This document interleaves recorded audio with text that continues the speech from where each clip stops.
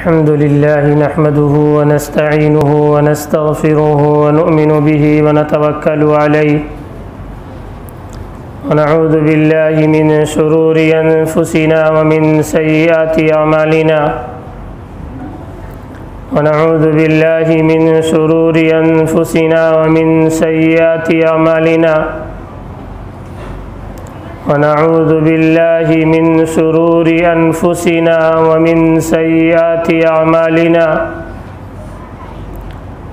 मन यहदिहिल्लाहु फला मुदिल्ल लहु व मन युद्लिल्हु फला हादिय लहु व नशहदु अन ला इलाहा इल्लल्लाहु वहदहु ला शरीक लहु व नशहदु अन्न सय्यिदना व मौलाना मुहम्मदन अब्दुहु व रसूलुहु अम्मा बादु फ़क़द क़ाल अल्लाहु तबारक व तआला फ़िल क़ुरआनिल मजीद वल फ़ुरक़ानिल हमीद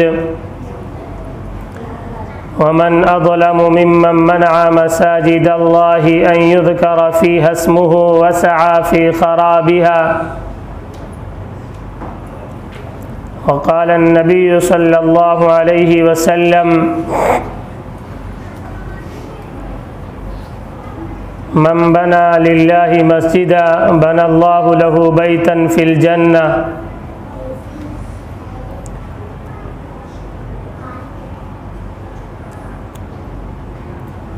तुम्हें मुबारक हो हुक्मरानी, मुखालफत भी हम ना करेंगे। तुम्हें मुबारक हो हुक्मरानी, मुखालफत भी हम ना करेंगे। अगर मसाजिद पे हाथ डाला तो तुम रहोगे न हम रहेंगे। अगर मसाजिद पे हाथ डाला तो तुम रहोगे न हम रहेंगे। बातिल से दबने वाले ऐ आसमां नहीं हम, बातिल से दबने वाले ऐ आसमां नहीं हम। 100 बार कर चुका है तू इम्तिहान हमारा, 100 बार कर चुका है तू इम्तिहान हमारा। तौहीद की अमानत सीनों में है हमारे, तौहीद की अमानत सीनों में है हमारे। आसा नहीं मिटाना नामो निशा हमारा। मेरे मुहतरम बुजुर्गों और दोस्तों और मेरे अजीज साथियों, इस वक्त जो मुल्क के हालात हैं, मुल्क में क्या चल रहा है इस वक्त, कैसी घिनौनी साजिशें की जा रही हैं, कैसे नापाक मंसूबे और इरादे और मुनज़्ज़म साजिशें की जा रही हैं इस मुल्क में मुसलमानों के तई, मज़हब इस्लाम के तई, मुसलमानों की इबादत गाहों के तई। जितनी भी मुसलमान इबादत गाहें हैं, मज़हबी इबादत गाहें हैं, उनके ताल्लुक़ से आज मुल्क के अंदर जो माहौल चल रहा है, जो सरगर्मियाँ चल रही हैं, जो नफ़रत का खेल खेला जा रहा है, जो तशद्दुद को फैलाया जा रहा है, जो झूठ की हवाएं चलाई जा रही हैं, आप सब उससे बाखबर हैं ना?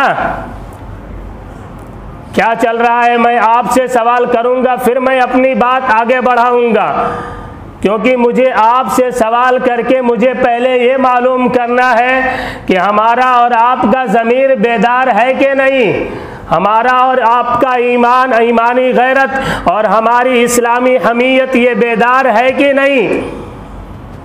क्या चल रहा है इस मुल्क में इस वक्त का, क्या माहौल है, पहले आप मुझे जवाब दीजिए।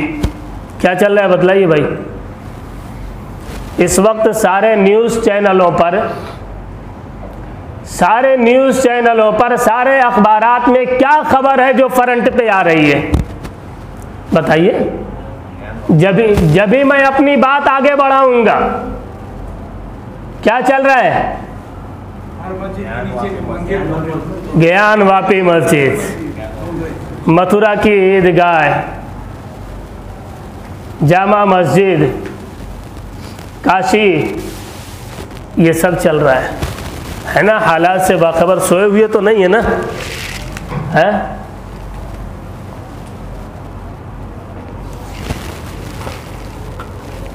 आप लोग भी सोच रहे होंगे कि मौलाना ने ये कैसा मुद्दा उठा दिया। यहाँ तो नमाज रोज़े की बात होती है ना, है? ये मिंबर से तो नमाज रोज़े की बात होती है। नमाज रोज़े की बात आप कब तक करोगे और कहाँ तक करोगे? जब तुम्हारी इबादत गाहों को तुमसे छीन लिया जाएगा, तुम्हारी मसाजिद को मिस्मार कर दिया जाएगा, तुम्हारी इबादत गाहों को गिरा दिया जाएगा, तुम्हारे मदारिस और मकातिब के ऊपर जब बुलडोजर चला दिया जाएगा, नमाज कहाँ पढ़ोगे तुम? बच्चों को तालीम कहाँ दिलाओगे? क्या करोगे तुम? कहाँ नमाज पढ़ोगे?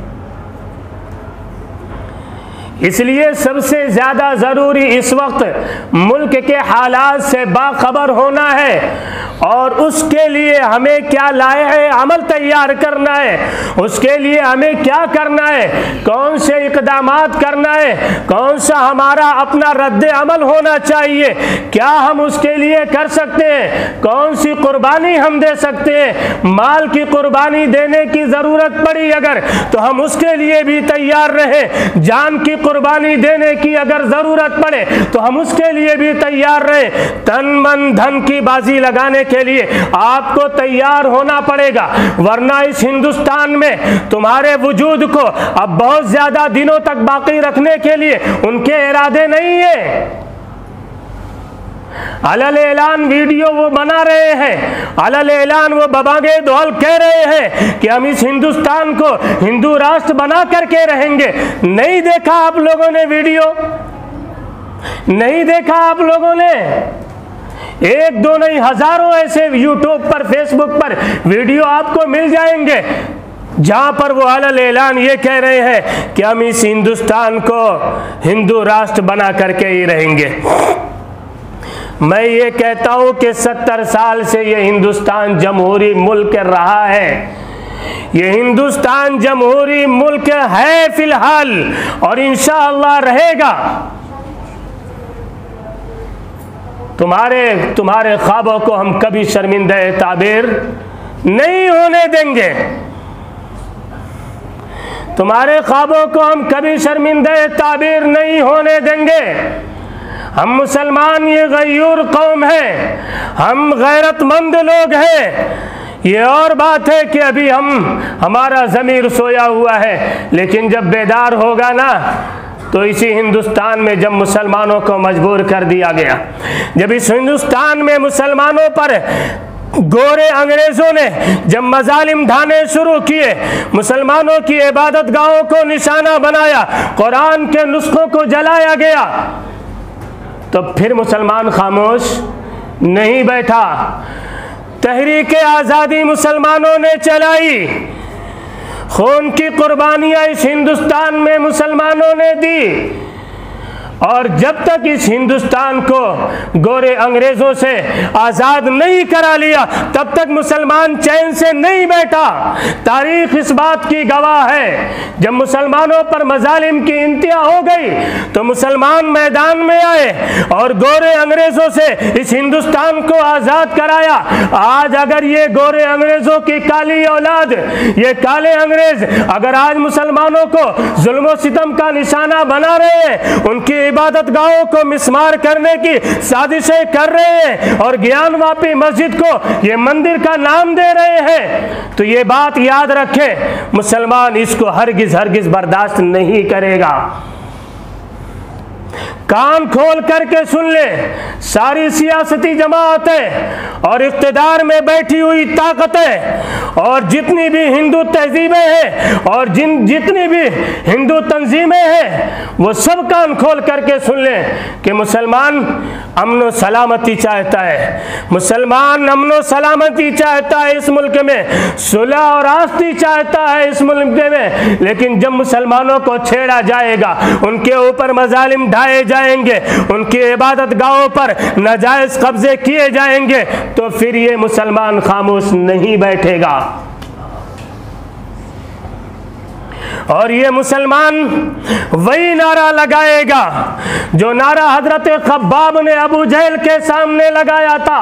वही नारा ये मुसलमान आज लगाएगा जो नारा हजरत बिलाल ने अबू जहल के सामने लगाया था, जो नारा हजरत सुहैब रूमी ने अबू जहल को ललकार करके कहा था कि जान मांगो तो जान देंगे, माल मांगो तो माल देंगे, मगर हमसे ये ना हो सकेगा कि नबी का जाहो जलाल देंगे। आज मुसलमान इक़्तिदार में और हुकूमत में बैठी हुई पार्टी से और हिंदू तंजीमों से आज मुसलमान ये खुला ऐलान कह रहा है, जान मांगो तो जान देंगे, माल मांगो तो माल देंगे, मगर हमसे ये ना हो सकेगा कि ज्ञान वापी मस्जिद का जाहो जलाल देंगे। ये हमसे ना हो सकेगा। हमें बार बार आजमाने की कोशिश ना करो, हाँ, बार बार हमारे जज्बात को मजरूह ना करो, बार बार हमारे सब्र का इम्तिहान ना लो, वरना अगर ये मुसलमानों के सब्र का दामन इनके हाथ से छूट गया तो याद रखना तुम्हारी ताकत के परखचे उड़ जाएंगे। किस जोम में हो तुम, किस ख्याल में हो कि तुम्हारी हुकूमत है, तुम्हारी ताकत है, तुम्हारी अदालतें हैं, तुम्हारे जज हैं, जिस तरीके से चाहो सर्वे करा दो, जिस तरीके से चाहो फैसले करा दो, जिस तरीके से चाहो मस्जिद के ऊपर ताले लगवा दो, जिस तरीके से चाहो मुकफ्फल करवा दो वज़ू खाने को। क्या चाहते हो? इस हिंदुस्तान में अफरा तफरी का माहौल चाहते हो? क्या चाहते क्या हो? अमन पसंद नहीं है तुम्हें?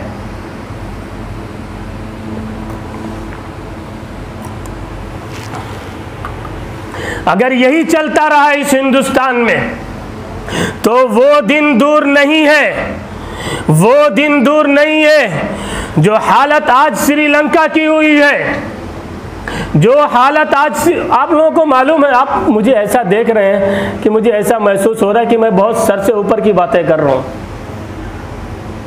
ऐसा कुछ नहीं, ये सब हक़ाइक़ की बातें मैं कर रहा हूँ आपके सामने। ये सब हक़ाइक़ मैं आपके सामने खोल रहा हूँ, आपकी आंखें खोलने के लिए, आपके ज़मीर को बेदार करने के लिए, आपके ईमान को झिझोड़ने के लिए, आपकी इस्लामी हमीयत को जगाने के लिए ये सब हक़ाइक़ मैं आपके सामने रख रहा हूँ और आईने की तरह मैं दिखा रहा हूँ कि इस मुल्क में क्या चल रहा है और क्या माहौल है और आइंदा मुस्तक़बिल में इस हिंदुस्तान के ख़तरात क्या है। अगर ये सारी चीज़ों से बाज नहीं आए, आज हुकूमत खामोश है। इतना बड़ा मामला ज्ञान वापी मस्जिद का जो सदियों से चली आ रही है, आज की उसकी तारीख नहीं है, मैं उस पर भी कलाम करूंगा।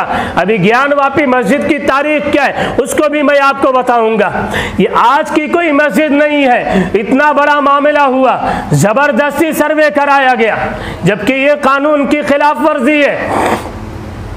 अगर यही सब होता रहा इस हिंदुस्तान में तो वो दिन दूर नहीं है कि सारे हुक्काम को वही नौबत आएगी, वही हालत देखनी पड़ेगी जो आज श्रीलंका की हालत है।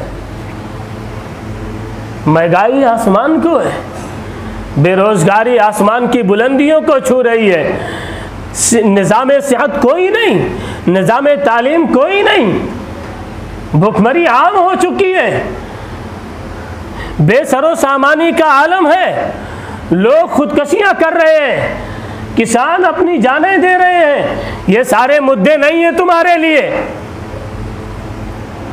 ये सारे मुद्दे नहीं है तुम्हारे लिए, ये काम करने की चीज नहीं है तुम्हारे पास में। बस यही ले दे करके मसाजिद और ईदगाहों को निशाना बनाओ, ये रह गया था तुम्हारे पास में। अगर यही सूरत हाल रही, बिल्कुल यही उसी डगर पे ये हिंदुस्तान चल रहा है जिस डगर पे श्रीलंका चला, और श्रीलंका की आज जो हालत है, आज वहाँ हुक्मरानों की क्या हालत मालूम है? छुप छुपाए फिर रहे हैं। वहाँ की आवाम, उनको भी ऐसा नशा था, उनको भी ऐसा नशा था कि हमारी हुकूमत है, हमारी ताकत है, हम यहाँ अक्सरियत में हैं तो हमारा कोई कुछ बिगाड़ नहीं सकता, हमारा कोई कुछ बाल बेका नहीं कर सकता, क्योंकि 80% हम हैं। लेकिन वक्त ने दिखा दिया, आज हुक्काम, वहां के अफसरान और वहां के हुक्काम, वहां के लीडरान आज सर छुपाए फिर रहे हैं, बाहर निकल नहीं सकते। कितने लोगों की गाड़ियों को दरियाओं में डाल दिया गया, उनके समेत उनको दरिया में डाल दिया गया, उनके महल्लात को आग लगा दी गई। आज अगर इस हिंदुस्तान में वही सूरत हाल पैदा की जाएगी, जुल्म और सितम का निशाना बनाया जाएगा, तो वो दिन दूर नहीं है कि वही हालत तुम्हारी होगी जो श्रीलंका की हुई, दूर नहीं है। इसलिए हम हुकूमत से भी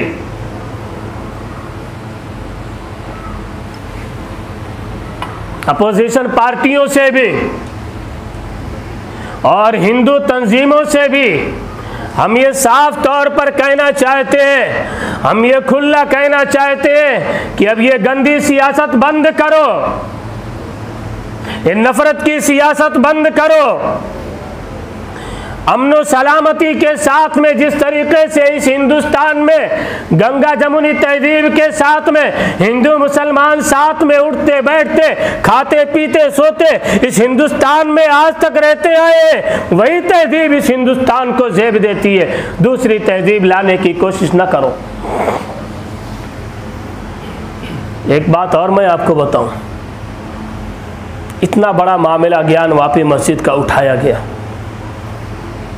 आपके लिए किसने आवाज़ उठाई है? किसने आवाज़ उठाई?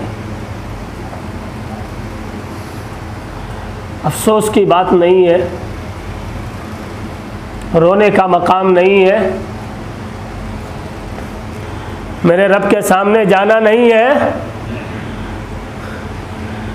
अल्लाह का सामना नहीं करना है मरने के बाद में। मेरे रब ने अगर सवाल कर लिया मुसलमानों तुमसे,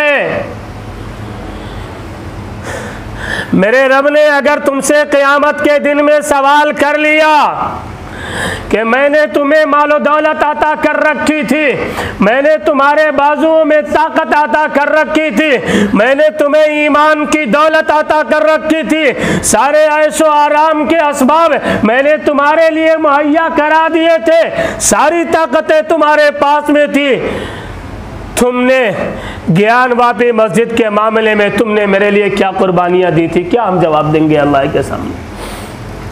नहीं, हमसे पूछोगी, हमसे जवाब देते कुछ बनेगी? क्या हम जवाब देंगे? आज पूरी उम्मत के ऊपर एक सन्नाटा तारी है, सारे के सारे लोग खामोश हैं। कुछ तंजीमें ऐसी हैं जो हरकत में आई, मुस्लिम तंजीमें, जिन्होंने आवामी मुहिम शुरू करने का बेड़ा उठाया है, और इंशाअल्लाह अगर इस ज्ञान वापी मस्जिद के केस को वापस नहीं लिया गया और इस मुकदमे की समाअत को बंद नहीं किया गया और उसको आला हाल ही मस्जिद बरकरार नहीं रखा गया, अदालत ने यह फैसला नहीं किया, तो फिर उन तंजीमों ने कहा है कि हम आवामी मुहिम को छेड़ करके रहेंगे। कुछ तंजीमें हैं, बाकी सब सन्नाटा तारी। अपोजिशन पार्टियां खामोश है ना? किसी पार्टी ने आपके लिए आवाज़ उठाई? क्यों नहीं भाई? क्यों नहीं आवाज़ उठा रही है?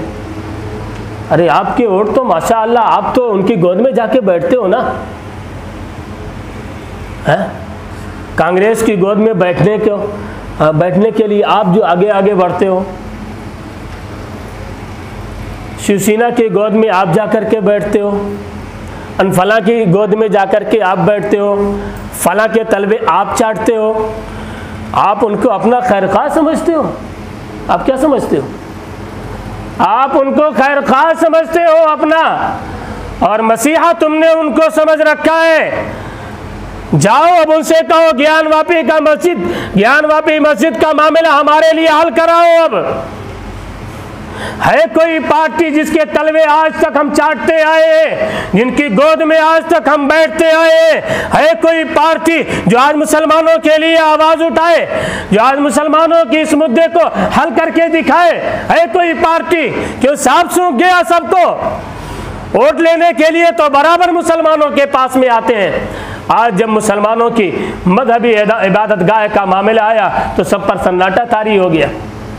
क्या समझ में आया मेरे भाई? क्या समझ में आया? देखो, मैं असल में बात बहुत ज़्यादा है, मुझे थोड़े वक्त में बहुत सारी बातों को समेटना है और कुछ अहम पैगाम आपको देना है जो आपके काम आवे और मेरे काम आवे। मुझे वक्त पास नहीं करना है, यहाँ पे टाइम पास करने के लिए नहीं बैठा हूँ।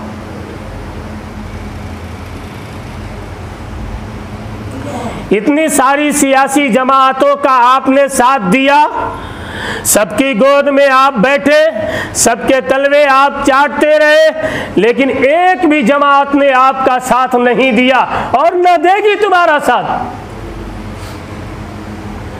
इसलिए जरूरत इस बात की है कि आप अपनी सियासी ताकत पैदा करो। इस हिंदुस्तान में अगर शान के साथ में जीना है, इस हिंदुस्तान में अगर सरबलंदी के साथ में जीना है, तो जब तक मुसलमान अपनी सियासी ताकत पैदा नहीं करेगा, अपनी सियासी पार्टी को मजबूत नहीं करेगा, तब तक मुसलमान इस हिंदुस्तान में बुलंदी के साथ नहीं जी सकता। आज अगर तुम्हारे पास में सियासी ताकत होती तो तुम्हारे लीडरान खड़े होते आज जा करके। आज कोई आवाज़ उठाने वाला नहीं, ले दे करके एक बंदा है, ले दे करके एक बंदा है। शायद बहुत सारे लोगों को उनसे इत्तेफाक ना हो, चलो ठीक है, पार्टी का मामला आप मत इत्तेफाक रखो, ज़रूरत भी नहीं है, लेकिन मजहब का मामला है उसमें तो आपको इत्तेफाक रखना पड़ेगा। किसने आपके लिए आवाज उठाई है? मैं सलाम करना चाहता हूं असदुद्दीन ओवैसी साहब के जज्बे को, उनकी गैरत इस्लामी को मैं सलाम करता हूं, उनके जज्बे ईमानी को मैं सलाम करता हूं, उनके हौसले को मैं सलाम करता हूं, जिसने सबसे पहले आवाज इस हिंदुस्तान में ज्ञानवापी मस्जिद के मामले में सबसे पहले जिसने आवाज उठाई है और जिसने कुफ्फार की आंखों में आंखें डाल करके जिसने बात किया है और जिसने कानून का हवाला दे करके कहा कि ये सारे फैसले गलत हो रहे हैं, जिसने बबागे दुहल उनका खुला मुकाबला किया है, वो सिर्फ एक शख्स है। मैं उसके जज्बे को सलाम करना चाहता हूं और वो है असदुद्दीन ओवैसी। मैं सियासी बात इस वक्त नहीं कर रहा हूं, ना ये सियासी बात करने का मेरे पास में वक्त है।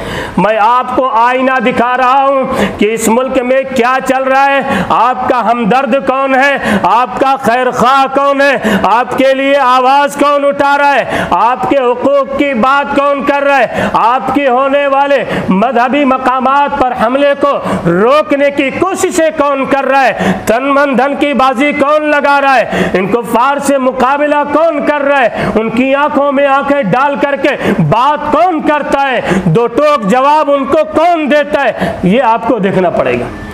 अगर वो पसंद नहीं है तुम खड़े हो, अगर वो पसंद नहीं है तुमको तो तुम खड़े हो जाओ, आवाज उठाओ, लेकिन किसी को तो खड़ा होना पड़ेगा ना, किसी को तो खड़ा होना पड़ेगा, किसी को तो बड़ा बनना पड़ेगा, किसी को तो हम अपना लीडर तस्लीम करेंगे ना। मजहबी और सियासी हर एतबार से हमको मजबूत होना पड़ेगा। टाइम खत्म हो गया, असल मामला तो रह ही गया। आप लोग इजाजत दे तो कुछ और अर्ज कर दूं। 4 मिनट है ना?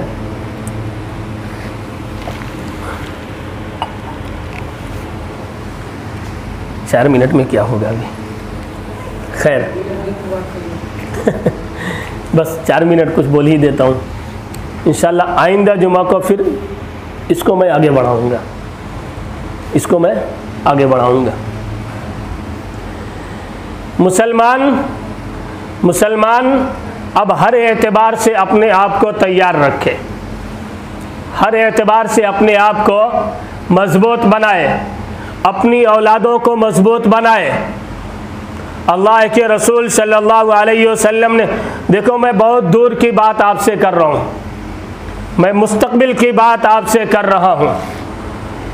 मैं उन उलमाए किराम के जो दूर अंदेश हैं उनके पैगामात मैं आपको पहुँचा रहा हूँ, जिन्होंने बहुत दूर तक अपनी ईमानी निगाह से बहुत दूर तक देखा है और अल्लाह की तरफ से इल्का किए गए मज़ामीन को जो उन्होंने बयान किया है वो मैं आपके सामने रख रहा हूँ।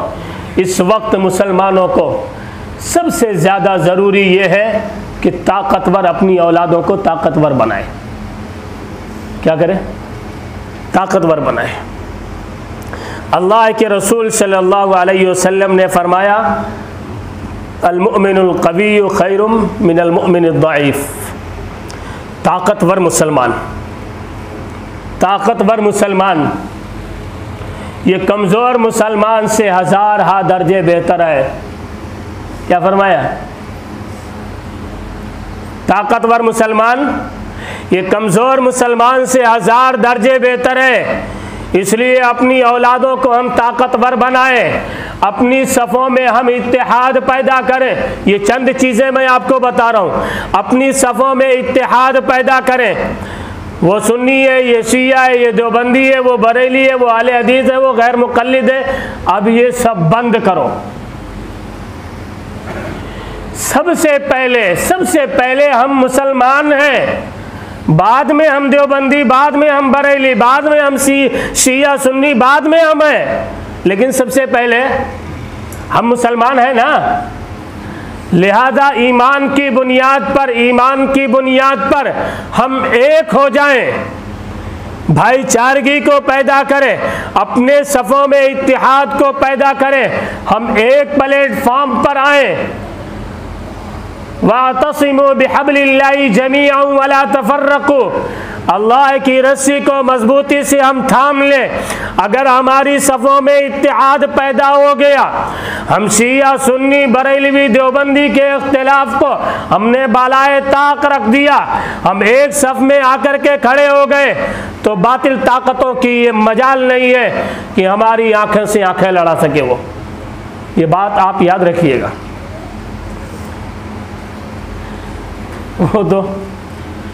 वो तो मालूम है, इतने बुज़दिल होते हैं कि हम लोग कुर्बानी करते हैं तो कुर्बानी का खून देख करके उनको गसी आ जाती है।